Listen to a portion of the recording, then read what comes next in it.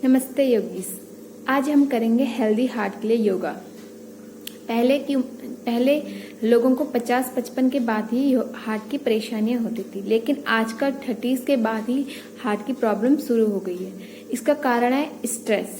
हमारे जीवन शैली में स्ट्रेस बढ़ गया और स्ट्रेस बढ़ा है हमारे अनहेल्दी खाने से, जंक फूड खाने से, बाहर के जंक फूड खाने से, ज़्यादा ऑयली खाने से, ज़्यादा नमक खाने से, ज़्यादा मीठा खाने से, मतलब कुल मिला के ये कि अनहेल्दी खाना जिसमें कि हमें हमारी जो न्यूट्रिशन वैल्यू होती है वो जीरो होती है। जैसे जंक फूड में हमारी जो न्यूट्रिशन वैल्यू तो जीरो होती है, लेकिन कैलोरी बहुत ज़्यादा होती है, जिसकी वजह से मोटापा बढ़ता है।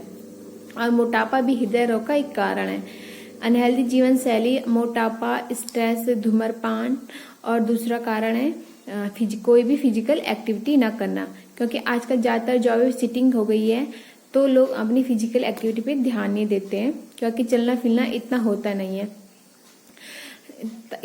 अब फिजिकल एक्टिविटी ठीक प्रकार से न करने से 30 से ही हमारी जो हार्ट बीट होती है वो कम होने लगती है। वैसे नॉर्मली हमारी हार्ट बीट 60 से 100 के बीच रहती है और ये उम्र के बढ़ने के साथ साथ कम होती है, लेकिन आजकल कोई भी फिजिकल एक्टिविटी न होने के कारण 30 के बाद ही कम होने लगी, जिसकी वजह से हार्ट अटैक के चांस ज़्यादा बढ़ गए और लोगों को ज़्यादा 30 के बाद ही हार्ट अटैक आने की या हार्ट अटैक जैसी बीमारियां होने की संभावना बढ़ गई है या हार्ट अटैक जैसी बीमारियां हो रही हैं।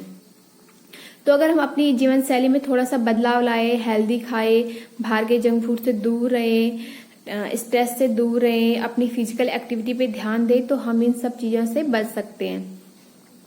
क्योंकि जो हमारा हार्ट होता है वो हमारा कार्डियोवैस्कुलर सिस्टम का पार्ट होता है। कार्डियोवैस्कुलर सिस्टम में हार्ट के साथ हमारा जो ब्लड और ब्लड वेसल्स होते हैं, तीनों मिलके कार्डियोवैस्कुलर सिस्टम बनाते हैं। इनका काम क्या होता है? हमारी बॉडी में ऑक्सीजन युक्त रक्त को भेजना कोशिकाओं तक और कोशिकाओं से विषाक्त पदार्थ या अशुद्ध पदार्थों को हृदय तक लाके और हृदय से अन्य अंगों से बाहर करते हैं। अगर हमारा हार्ट ठीक प्रकार से काम नहीं करेगा तो हमारा जो ब्लड का सर्कुलेशन है वो ठीक प्रकार से नहीं होगा। इसका सबसे नॉर्मल सा एग्जाम है हाई बीपी या लो BP. High BP means hypertension and low BP means hypotension. जब कभी हमारी जो रक्त वाहिनियां होती हैं या आर्टरीज होती हैं, उनमें जब रक्त का प्रवाह जरूरत से ज्यादा हो जाता है तो क्या होता है, उनकी जो दीवारें होती हैं उन पे दबाव पड़ने लगता है, जिसकी वजह से वो पतली हो जाती है। साथ ही साथ आर्टरीज के अंदर, वेसल्स के अंदर कोलेस्ट्रॉल जमा होने लगता है और हमें हार्ट को और भी ज्यादा मेहनत करनी पड़ती है उसको ब्लड पंप करने के लिए। अगर लगातार ये समस्या लंबे समय तक बनी रहे तो क्या होता है, हमारे हार्ट का फेल होने का चांस बढ़ जाता है, हार्ट अटैक की संभावना होती है। और अगर किसी की तो मतलब बहुत ज्यादा ब्लॉकेज होने से हार्ट अटैक भी आ जाता है। दूसरा होता है कार्डियक अरेस्ट। कार्डियक अरेस्ट में क्या आता है, जो हमारे हार्ट में कार्डियक करंट्स होते हैं, अगर ये कार्डियक करंट्स बंद हो जाए तो हमारा हार्ट अचानक से रुक जाता है और काम करना बंद कर देता है। जैसे मैंने आपको बताया कि हार्ट का काम होता है बॉडी तक ब्लड की सप्लाई करना ऑक्सीजन युक्त, क्योंकि हमारे ऑक्सीजन से हम मतलब इंसान या कोई भी प्राणी है उनको ऑक्सीजन की कितनी जरूरत है तो आप सब जानते हैं। अगर हार्ट ही काम करना बंद कर देगा तो हमारी बॉडी में ऑक्सीजन का फ्लो ही नहीं होगा तो आदमी जिंदा नहीं बच सकता। दूसरा होता है एंजाइना पेन या चेस्ट पेन। साइंटिफिक भाषा में इसे एंजाइना पेन कहते हैं। एंजाइना पेन क्या होता है, जब आर्टरीज के अंदर कोलेस्ट्रॉल जमा होने लगता है तो उसकी वजह से भी ब्लड का फ्लो नहीं हो पाता है, जिससे वहां पे एंजाइना पेन होता है। और कार्डियोपैथी और भी बहुत सारी बीमारियां हैं हार्ट से संबंधित। और हार्ट के साथ साथ अगर हार्ट में कोई परेशानी हो तो हमारे शरीर के अन्य अंग भी इफेक्टेड होते हैं, क्योंकि उनसे हार्ट से ही ब्लड हार्ट के माध्यम से ही ब्लड उनमें पहुंच रहा है। अगर हम अपनी जीवन शैली में थोड़ा बदलाव करें, खान पान पे ध्यान दें, जंक फूड ना खाएं, फिजिकल एक्टिविटी करें, तो हम इस सब बीमारियों से बच सकते हैं।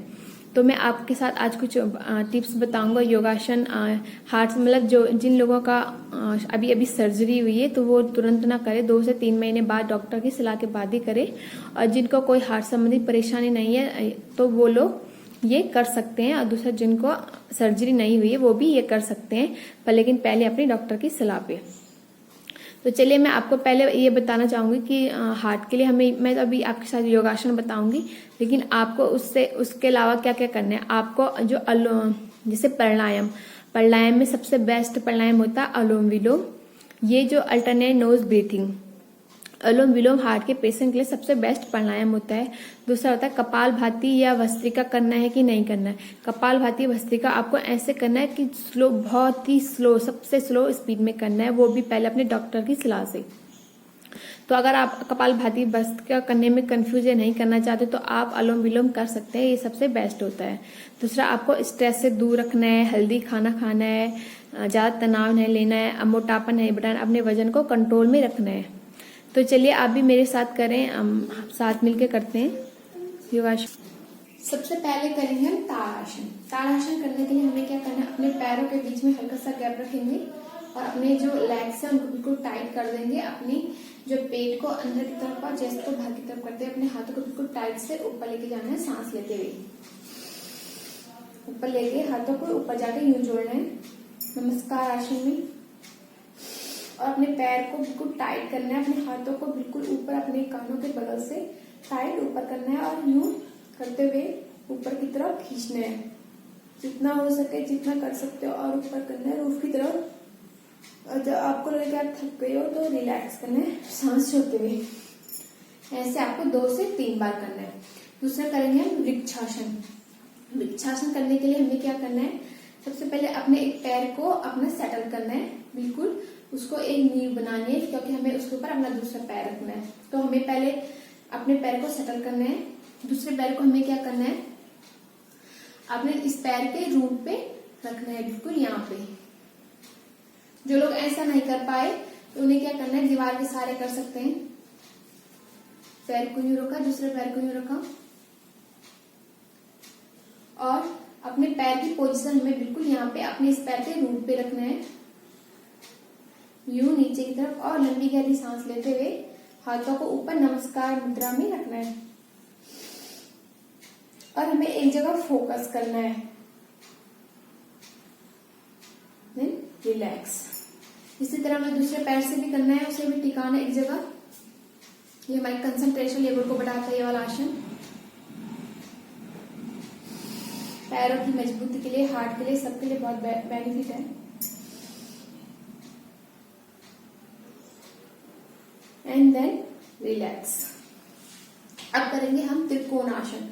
त्रिकोण आसन में हमारे हार्ट के लिए बहुत फायदेमंद होता है। उसके लिए हमें क्या करना, अपने दोनों पैर को 3 से 4 फुट जितना हो सके उतना खोलना है और हमें लंबी गहरी सांस लेते हुए यूं अपने हाथ को ऊपर लेके जाना है। दूसरे हाथ को अपने पैर के नीचे टच करने की कोशिश करनी है। आप भी मेरे साथ करिए। अपने ऊपर वाले हैंड को देखना है, सांस छोड़ते हुए ऊपर। अब दूसरी साइड करेंगे, सांस लेते हुए ऊपर लेके जाएंगे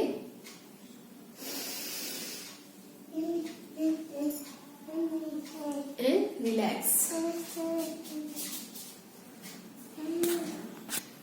अब करेंगे हम, अभी हमने करे वृक्षासन, त्रिकोणासन, ताड़ासन। अब करेंगे हम उत्तान पादासन। उत्तान पादासन करने के लिए हमें पैरों के बीच में थोड़ा सा गैप रखना है और लंबी गहरी सांस लेते हाथों को लेके जाना है और नीचे मुड़ना अपने हिप से, कमर से नहीं मुड़नी। सांस छोड़ते हुए नीचे मुड़ना है और जैसे नीचे गए वैसे ही ऊपर आना है। And then relax. ये तो 3 से 4 आसन मैंने स्टैंडिंग वाले बताए। अब मैं आपको बताऊंगी सीटिंग वाले और लेटने वाले आसन। उसके लिए सबसे पहले हम लेटने वाला आसन करेंगे। उसके लिए हमें क्या करना है, अपनी मैट पे नीचे पेट के बल लेटना है। हम करेंगे भुजंग आसन। भुजंग आसन के लिए हमें अपने पेट के बल लेटना है। दोनों पैरों को यूं मिला देने से कोबरा पोज कहते हैं। और क्या करना है, अपने जो हाथों की पोजीशन हमें ऐसे 90 डिग्री पे होनी चाहिए। अब अपने माथे को नीचे रखें और हमें अपनी सांस लेते हुए पहले माथे को टच उठाना है, फिर नोज को, फिर चिन को और फिर चेस्ट को लिफ्ट अप करना है, उठाना ऊपर। यूं लंबी गहरी सांस लेते हुए पीछे पैर मिले हुए नीचे, देन रिलैक्स। सांस छोड़ते हुए रिलैक्स।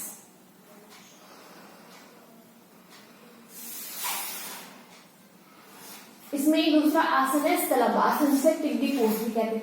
उसके लिए हमें क्या करना है, अपने हाथों को यूं ही रखना है और जो हमारे पैर हैं उनको उसमें सांस लेते हुए एक पैर को ऊपर उठाना है हवा में, देन दूसरे पैर को ऊपर उठाना है। इस तरह हमें 2 से 3 बार दोनों पैरों को उठाना है।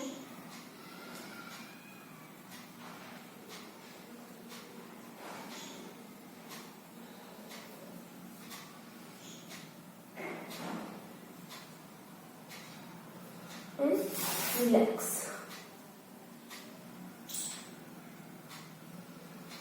अब हम सिटिंग वाला पोज करेंगे, सिटिंग वाले आसन करेंगे। अब हम करेंगे वक्रासन। वक्रासन करने के लिए हमें क्या करना है, अपने एक पैर को मोड़ना है यूं और दूसरे पैर को सीधा रखना है एक्टिव मोड में। अपने एक हाथ को अपनी स्पाइन के पास में रखना है यूं, दूसरे हाथ को यूं उठाते हुए लंबी गहरी सांस लेते हुए अपने इस पैर को इस हाथ से धक्का देना है पीछे को, अपने आप को पीछे देखना है।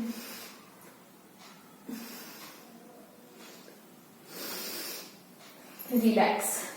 अब इससे दूसरे पैर को भी करना है यूं, इस वाले हाथ को उठा के इस वाले हाथ से इस पैर को धक्का देते हुए हमें पीछे देखना है। इसमें हमें ध्यान देना है कि हमें अपने हिप्स में उठाना है, दूसरे पैर को एक्टिव रखना है और कमर बिल्कुल सीधी रहेगी। अब करेंगे बालकासन। बालकासन करने के लिए हमें क्या करना है, दोनों पैरों में को वज्रासन में बैठ जाना है और लंबी गहरी सांस लेते हुए आगे जाना है।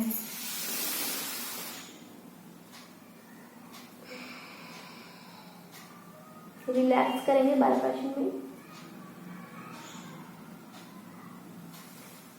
वापस आ जाएंगे जैसे गए थे। रिलैक्स। इस तरह मैंने आपको बताया कि हमें कौन से आसन करने चाहिए और प्राणायाम में आप कौन सा प्राणायाम सबसे बेस्ट होता है। अनुलोम विलोम प्राणायाम सबसे बेस्ट होता है।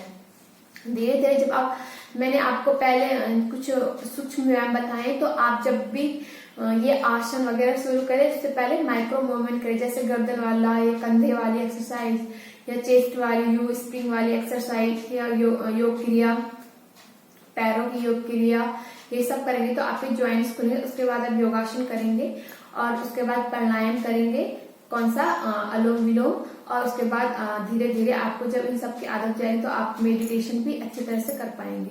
ये सारा जो पैकेज होता है प्राणायाम का, मेडिटेशन का, आसन का, क्रियास का, ये सब अगर आप पर्टिकुलर सही टाइम पे सही तरीके से करेंगे तो आपको इसका जरूर फायदा होगा। जैसे अपने खान पीने में ध्यान रखेंगे और अगर आपके पास ज्यादा टाइम है तो एक दिन में मॉर्निंग में आप आधा घंटा योगा करके और आधा घंटा मॉर्निंग वॉक जरूर करें। हार्ट के पेशेंट के लिए बहुत फायदेमंद होता है। जिन लोगों को हार्ट की प्रॉब्लम नहीं है वो लोग भी ये कर सकते हैं, लेकिन जिनका ऑपरेशन हुआ है वो 3 महीने बाद ही करें और अपने डॉक्टर की सलाह पे। तो दोस्तों, अगर आपको मेरे वीडियो पसंद आया हो तो प्लीज मेरे वीडियो को लाइक करें, सब्सक्राइब करें और कोई भी सजेशन हो तो प्लीज कमेंट बॉक्स पे बताइए। धन्यवाद।